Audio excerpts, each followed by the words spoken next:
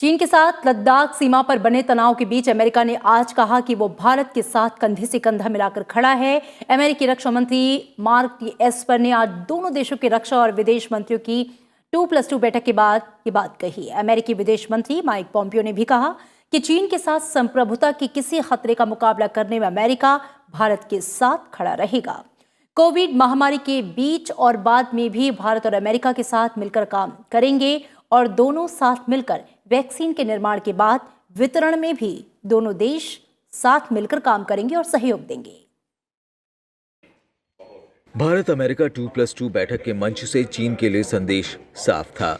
लद्दाख सीमा तनाव के मामले में अमेरिका भारत के साथ कंधे से कंधा मिलाकर खड़ा है। अमेरिकी रक्षा मंत्री मार्क एस्पर और विदेश मंत्री माइक पोम्पियो दोनों ने गलवान में चीन द्वारा भारतीय सैनिकों की हत्या की निंदा की। अमेरिकी मंत्रियों ने बिना हिचक कहा कि चीन इस क्षेत्र में अस्थिरता पैदा करने की कोशिश कर रहा है। उन्होंने चीन को हिंद प्रशांत क्षेत्र के लिए खतरा बताया। मार्क एस्पर और माइक पोम्पियो दोनों ने कहा कि अमेरिका भारत की संप्रभुता की रक्षा के प्रयास में हमेशा उसकी सहायता करेगा। Based on our shared values and common interests, we stand shoulder to shoulder in support of a free and open Indo-Pacific for all, particularly in light of increasing aggression and destabilizing activities by China. The United States will stand with the people of India as they confront threats to their sovereignty and to their liberty.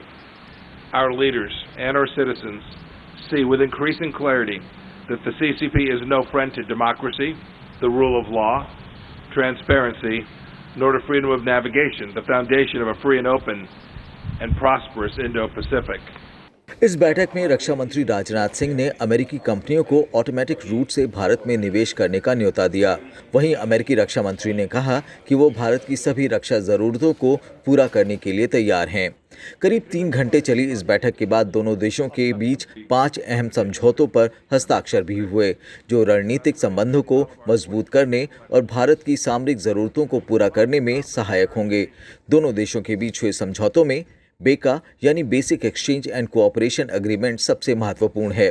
इसके अलावा earth observation यानी धरती पर निगाह रखने, global centre for nuclear energy partnership यानी परमाणु ऊर्जा में सहयोग, दोनों देशों के डाक विभाग के बीच electronic exchange of custom data और आयुष मंत्रालय और अमेरिका के स्वास्थ्य विभाग के बीच आयुर्वेद में सहयोग से संबंधित समझौते शामिल हैं। We also explored probable capacity building and other joint cooperation activities in third countries, including our neighborhood and beyond. We have convergence of views on a number of such proposals and will take those forward. A multipolar world must have a multipolar Asia as its basis. Discussions also covered developments in our neighboring countries. We made clear that cross-border terrorism is completely unacceptable.